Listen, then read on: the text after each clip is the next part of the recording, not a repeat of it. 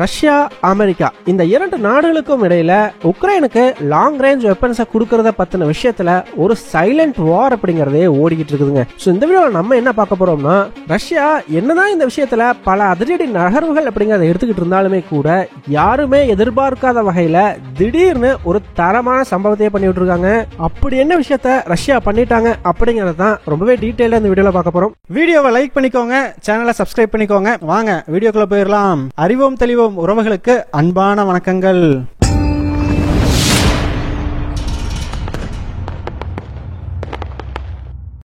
முதல் விஷயமா, ரஷ்யாவுக்கும் உக்ரைனுக்கும் இடையிலான மோதல்ல கடந்த வெள்ளிக்கிழமை அன்னைக்கு உக்ரைனுடைய டினிப்ரோ பகுதியில ஒரு மிசைல் தாக்குதல் அப்படிங்கறத ரஷ்யா நடத்துறாங்க. இந்த தாக்குதல் நடத்தப்பட்டதையுமே இந்த ஒரு பர்டிகுலர் மிசைல் மிகப்பெரிய பேசுபொருளா மாறுது. காரணம், உக்ரைன் அரசாங்கம் உடனடியா அதை ஒரு இன்டர்கான்டினென்டல் பேலிஸ்டிக் மிசைல் அப்படின்னு சொல்லி கிளைம் பண்ண ஆரம்பிக்கிறாங்க.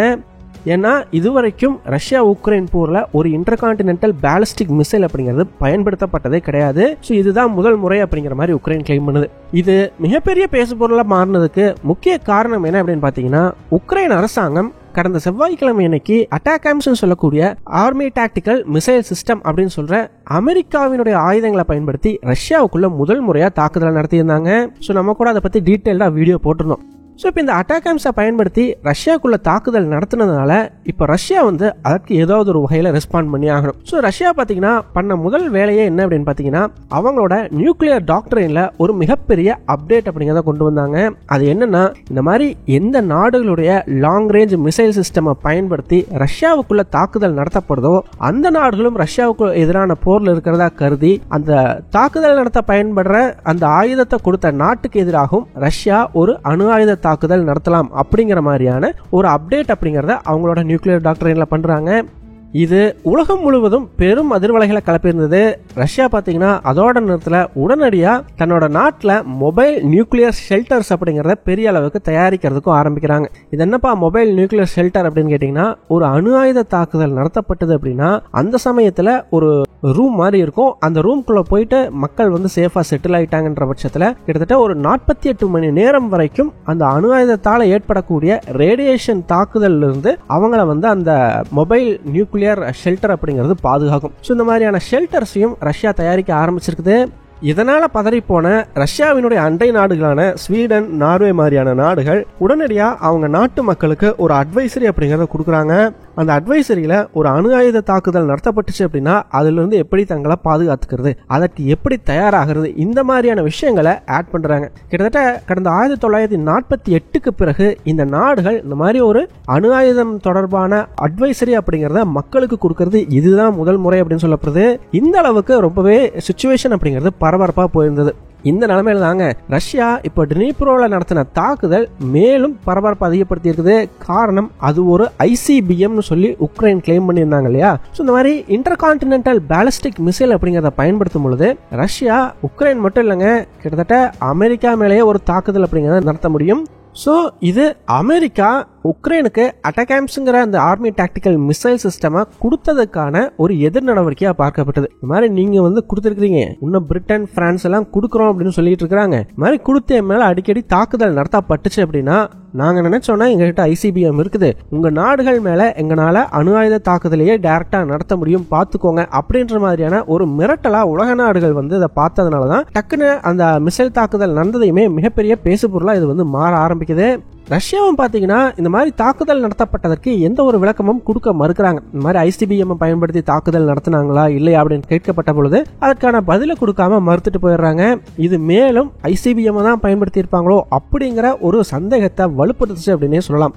ஆனா இந்த கட்டத்துல தாங்க ரஷ்ய அதிபரான விளாடிமிர் புட்டின் அவங்க நாட்டினுடைய செய்தி ஊடகங்கள்ல தோன்றி ஒரு ஸ்பீச் ஒன்னு கொடுக்கிறார். இந்த மாதிரி ரஷ்யா வந்து உக்ரைனுக்கு எதிராக பயன்படுத்தினது ICBM கிடையாது, அதுக்கு பதிலாக நாங்கள் ஒரு புது ஹைப்பர்சோனிக் பேலிஸ்டிக் மிசைலை வந்து நாங்கள் தயாரிச்சிருக்கிறோம். இது வந்து ஒரு மிட் ரேஞ்ச் பேலிஸ்டிக் மிசைல், அதை பயன்படுத்தி தான் நாங்கள் உக்ரைனுக்கு எதிராக தாக்குதல் நடத்துறோம். ஸோ இந்த புது மிசைலுக்கு பேர் என்னன்னு பார்த்தீங்கன்னா ஓரோஷ்னிக். ஸோ இந்த மிசைலோட ஸ்பெஷாலிட்டியே இந்த மிசைலோட வேகம் தாங்க. கிட்டத்தட்ட மேக் 10 அப்படிங்கிற ஸ்பீடில் இந்த மிசைல் வந்து டிராவல் பண்ணும். ஸோ மேக் 10 அப்படிங்கிறது பார்த்தீங்கன்னா அதாவது கிட்டத்தட்ட ஒரு 2.5 3 கிலோமீட்டர் பெர் செகண்டுக்கு இந்த மிசைல் டிராவல் பண்ண முடியும். சோ இது கம்பேர் பண்ணோம் அப்படின்னா ஒளியினுடைய வேகத்தை விட பல மடங்கு ஜாஸ்தி. ஸோ அந்த அளவுக்கு ஸ்பீடா வந்து இந்த ஒரு மிசைல் டிராவல் பண்ணும். அதனால இந்த மிசைலை இன்டர்செப்ட் பண்ணி அழிக்கிறதுங்கிறது கஷ்டம். ஈவன் மாடர்ன் ஏர் டிஃபென்ஸ் சிஸ்டம்ஸ்னால கூட இந்த ஒரு மிசைலை நடுவானில தடுத்து அழிக்கிறதுங்கிறது நடக்காத ஒரு காரியம். இந்த மிசைலை நாங்க வந்து ஒரு காம்பேட் கண்டிஷன்ல டெஸ்ட் பண்ணணும் அப்படின்னு நினைச்சோம்.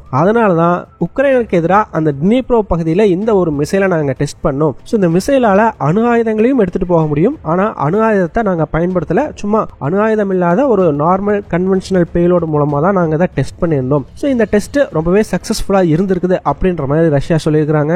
சரிப்பா, இப்ப எதுக்காக திடீர்னு இந்த ஒரு மிசைல் சிஸ்டம் உக்ரைன்ல டெஸ்ட் பண்ணி பாத்தீங்க அப்படின்னு கேட்கப்பட்ட கேள்விக்கு ரஷ்யா என்ன பதில் சொல்லியிருக்காங்கன்னா, நேட்டோ நாடுகள் சமீப காலமா ரஷ்யாவுக்கு எதிராக ரொம்ப அக்ரெசிவா பண்ணிட்டு இருக்காங்க. அவர்களுக்கு ஒரு பதிலடி தர்ற வகையில தான் இந்த ஒரு மிசைலை நாங்க டெஸ்ட் பண்ணியிருக்கோம் அப்படின்னு வந்து ரஷ்யா சொல்லியிருக்குது. ஏன்பா, இது வந்து ஒரு இன்டர்கான்டினென்டல் பேலிஸ்டிக் மிசைல் இல்ல, ஒரு மிட் ரேஞ்ச் பேலிஸ்டிக் மிசைல் தான். அப்படி இருக்கும்போது இதை பயன்படுத்தி நேட்டோ நாடுகள் மேல ரஷ்யாவால தாக்குதல் நடத்த முடியுமா? அந்த அளவுக்கு ரேஞ்ச் இதுல உண்டா அப்படின்னு கேட்டீங்கன்னா, ஆக்சுவலா இந்த ஓரோஷ்னிக் மிசைலோட ரேஞ்ச் பாத்தீங்கன்னா கிட்டத்தட்ட மினிமம் 5000 கிலோமீட்டர் வரைக்கும் இருக்கலாம்னு சொல்லப்படுது. ஸோ 5000 கிலோமீட்டருக்கு மேலேயும் இருக்கலாம். அதை பத்தின உறுதியான தகவல்கள் இன்னும் வந்து நமக்கு இல்ல. ஸோ இந்த 5000 கிலோமீட்டர் அப்படிங்கறதே பாத்தீங்கன்னா ரஷ்யாவுக்கு ஐரோப்பிய நாடுகள் எல்லாத்து மேலேயுமே தாக்குதல் நடத்தக்கூடிய ஒரு எபிலிட்டியை கொடுக்கும். அது மட்டும் இல்ல, அமெரிக்காவினுடைய மேற்கு கடற்கரை நகரங்கள் மேலேயும் ரஷ்யாவால இந்த ஒரு 5000 கிலோமீட்டர் அப்படிங்கிற ரேஞ்சை வச்சே தாக்குதல் நடத்தலாம். அது மட்டும் இல்ல, மேக் 10 அப்படிங்கிற ஸ்பீடுல டிராவல் பண்றதுனால இதை குறுக்க தடுத்து நிறுத்துறது அப்படிங்கறதும் நடக்காத ஒரு காரியம். ஸோ இதுல அணு ஆயுதத்தையும் எடுத்துட்டு போக முடியுங்கிறது இன்னொரு பெரிய விஷயம். ஸோ இது கன்ஃபார்மா நேட்டோ நாடுகளுக்கு ஒரு கலக்கத்தை கொடுத்திருக்கும் அப்படிங்கறதுல சந்தேகமே தேவையில்லை.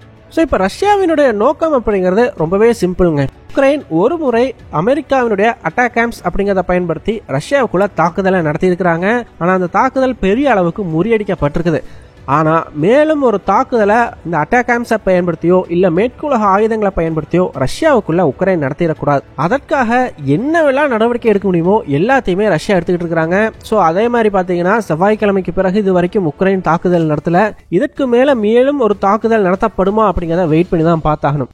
ஆனா அமெரிக்காவும் பாத்தீங்கன்னா இந்த ஒரு விஷயத்துல இந்த முறை விட்டு கொடுக்கற மாதிரி இல்ல. ஏன்னா விட்டாங்க அப்படின்ற பட்சத்துல வடகொரிய துருப்புகள் 1,00,000 பேர் வந்து ரெடியா இருக்கிறாங்க உக்ரைனுக்கு எதிராக ரஷ்யா கூட இந்த போர்ல வந்து ஜாயின் பண்றதுக்காக. ஆல்ரெடி இதை பத்தி நம்ம போன வீடியோலயே டீடைல்டா பார்த்திருந்தோம். எதுக்காக அமெரிக்கா இந்த லாங் ரேஞ்ச் மிசைலை உக்ரைனுக்கு கொடுத்தே தீர்வோம் நிக்கிறாங்க, இதற்கு பின்னாடி இருக்கிற காரணம் என்ன அப்படிங்கறத பத்தி எல்லாம். சோ ஒரு பக்கம் அமெரிக்காவும் விட்டு கொடுக்கற மாதிரி இல்ல, இன்னொரு பக்கம் ரஷ்யாவும் இந்த விஷயத்துல இருந்து பின்வாங்குற மாதிரி இல்ல. சோ இதனால பாத்தீங்கன்னா ஒரு டக் ஆஃப் வார் அப்படின்னு சொல்லுவாங்க இல்லையா, அந்த மாதிரி வந்து இது மாறி இருக்குது.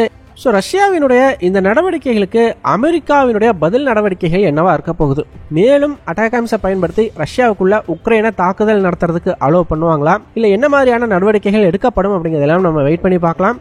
சோ ஃபைனலா நீங்க என்ன நினைக்கிறீங்க? சோ இவ்வளவு சம்பவங்கள் நடந்த பிறகும் உக்ரைனுக்கு அட்டாக்ஸை பயன்படுத்தி அமெரிக்கா ரஷ்யாவுக்குள்ள தாக்குதல் நடத்துறதுக்கு அனுமதி வழங்குமா, இல்ல இதுக்கு மேல இந்த மாதிரி எந்த ஒரு விஷயமும் பண்ண வேண்டாம்னு சொல்லி இதோட இந்த விஷயத்துல இருந்து பேக் அடிச்சிடுவாங்களா? உங்களுடைய கருத்துக்கள் என்ன அப்படிங்கறத மறக்காம கமெண்ட்ஸ் சொல்லுங்க. எங்க டெலிகிராம் சேனல் லிங்க் டிஸ்கிரிப்ஷன்ல கொடுக்குறோம். இன்ட்ரெஸ்ட் இருக்கிறவங்க ஜாயின் பண்ணிக்கோங்க. ரொம்ப முக்கியமான செய்திகள் அதில் பகிரப்படும். வீடியோ பிடிச்சிருந்ததுன்னா லைக் பண்ணிக்கோங்க, சப்ஸ்கிரைப் பண்ணிக்கோங்க. இதன் மூலமா எங்களுடைய வீடியோஸ் இன்னும் நிறைய பேருக்கு போய் சேரும். முடிஞ்சா உங்களுடைய ஃப்ரெண்ட்ஸ் கிட்டையும் நிறைய ஷேர் பண்ணிக்கோங்க. இது எங்களுடைய உழைப்புக்கு நீங்க கொடுக்கிற ஒரு ரிவார்டா இருக்கும். நன்றி.